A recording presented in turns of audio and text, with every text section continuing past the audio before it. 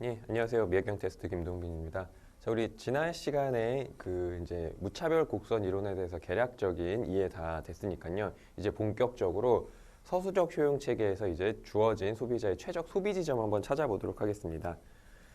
자, 이제 지난 시간에 대충 아셨던 것처럼 여기 이제 X축으로 구성이 되어 있고 Y축으로 구성이 되어 있는 이런 이제 소비 평면이 있겠고요. 자, 기본적으로 단조성이 만족되니까 소비자는 당연히 저 무한대 지점에서 소비를 하면 정말 좋겠죠. 근데 그러지 못하기 때문에 보시는 것처럼 이러한 예산 집합, 이 예산 선상에서 자신의 최적 지점을 찾아가야 됩니다.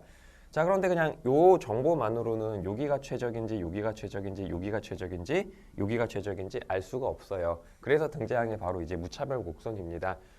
주어진 그 소득을 바탕으로 X제랑 Y제를 소비를 했을 때 얻을 수 있는 동일한 효용을 주는 곡선이 되겠죠. 그러니까 예를 들어서 이 소비자가 여기서 소비를 한다고 해볼게요. 이게 삼각형 점에서.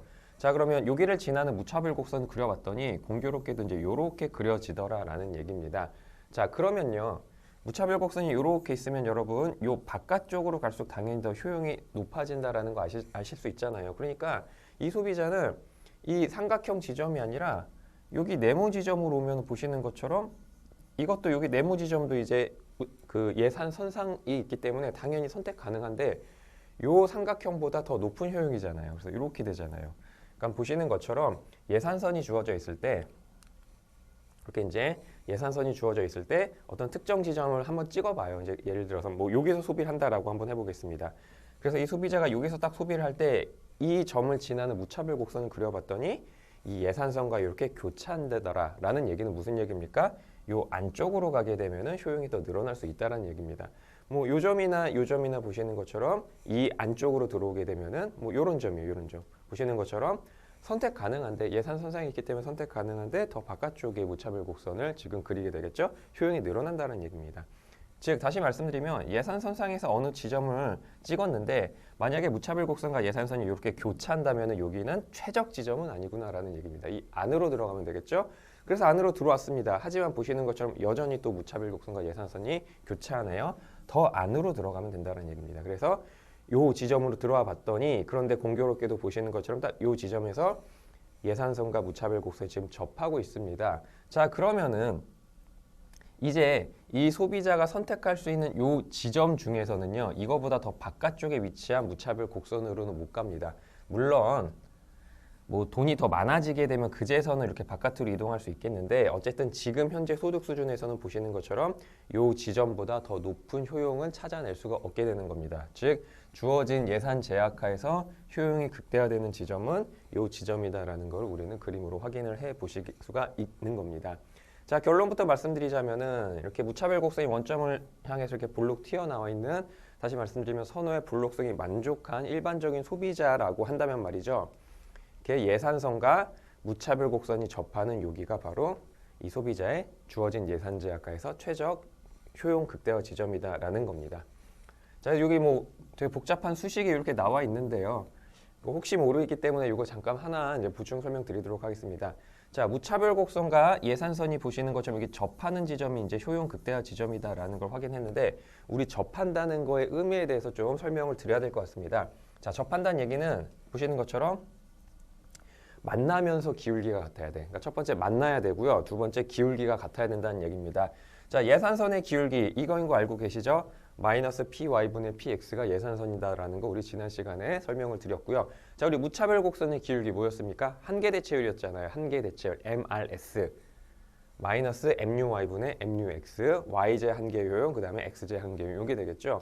자, 그렇기 때문에 예산선의 기울기랑 그 무차별 곡선의 기울기가 같다라는 조건은 이렇게 이 등식으로도 설명할 수가 있습니다.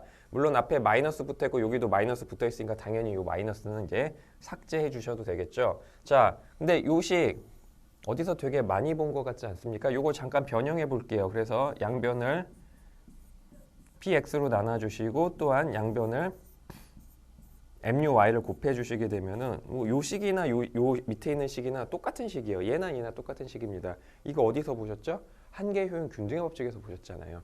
즉 예산선의 기울기랑 무차별 곡선의 기울기가 같다라는 조건은 우리 한계 효용 이론에서 학습하셨던 한계 효용 균등의 법칙이 성립하는 것과 동일한 그 수학적인 의미를 갖게 되는 거고요. 그 다음에 만난다라는 의미는 이 최적 소비 지점에서 요 점의 좌표가 이 예산선상에 위치해야 된다. 즉 예산 제약식을 충족하고 있어야 된다라는 조건과 똑같은 겁니다. 즉 우리는 기술적 효용 체계, 다시 말하면 한계 효용 이론에서 수학적으로 한계 효용 균등화 법칙을 통해서 얻어낸 어떤 수식을 예산선에 대입했을 때 x제의 최적 소비량과 y제의 최적 소비량을 이렇게 수학적으로 도출을 해 내셨거든요.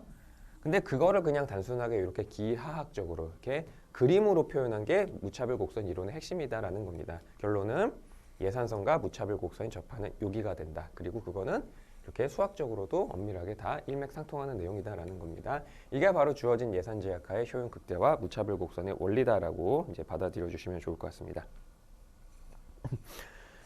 자, 이제 여기까지 말씀을 드렸으면 이제 계략적으로 무차별 곡선에 대한 이야기를 했는데, 근데 좀 시험에서 난이도가 되게 어렵게 나온다면은 뭐가 더 추가가 될 수 있냐면은 여러분 그 대체 효과 그다음에 이제 소득 효과라는 개념이 조금 더 추가가 될 수 있습니다. 약간 복잡한 내용이긴 한데요. 근데 어차피 이제 경제 공부를 하시니까 이것도 같이 정복을 좀 해주시면 좋을 것 같습니다. 자, 그래서 이제 강의 교재가 되겠죠. 교재 이제 6번째 섹션 무차별 곡선 이론 밑에 이제 보시면 이제 그 소제목으로 이제 대체효과, 소득효과 나와 있잖아요. 요거 좀 살펴보도록 하겠습니다. 자, 먼저 대체효과랑 소득효과를 더하게 되면 우리는 얘 이름이 가격효과다라고 보셔야 됩니다. 가격효과.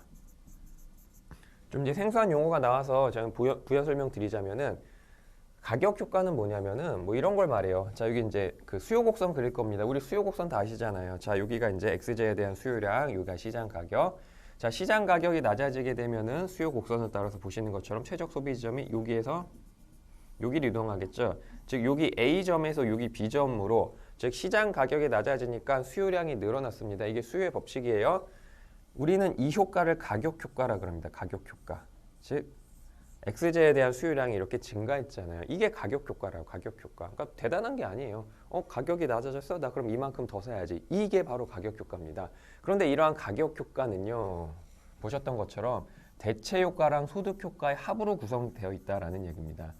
이게 좀 생뚱맞은 소리 같은데 요거는 이제 경제학적으로 좀 깊은 이론에 들어가게 되면 요거를 분리 추출해낼 수가 있어요. 즉 시장 가격이 이렇게 낮아졌잖아요. 시장 가격이 낮아지게 되면은 보시는 것처럼 x제를 이만큼 더 사는데, 근데 이 중에는 한 요 정도는 대체 효과 때문에 더 사는 거고요. 요 정도는 소득 효과 때문에 더 사는 거다라고 생각하시면 되겠습니다. 그냥 간단하게 말씀드려서 여러분이 살이 쪘어요. 살이 쪘는데 그 중에 이거는 어제 먹은 피자 때문에 찐 거고 요거는 어제 먹은 맥주 때문에 쪘다. 이렇게 생각하시면 됩니다. 두 가지 효과로 인해서 x제 가격이 낮아지게 되면 x제를 더 사는데, 대체 효과 때문에 요만큼 사고 소득 효과 때문에 조금 더 사고 해서 그게 다 합쳐지게 되면 이제 최종적인 가격 효과가 된다라는 얘기입니다. 근데 이걸 왜 이렇게 구분을 하느냐? 현실에서는 대체 효과가 거의 99%고요. 소득 효과는 진짜 없습니다. 1%도 아니야. 정확히 말하면 대체 효과는 99.9%고요.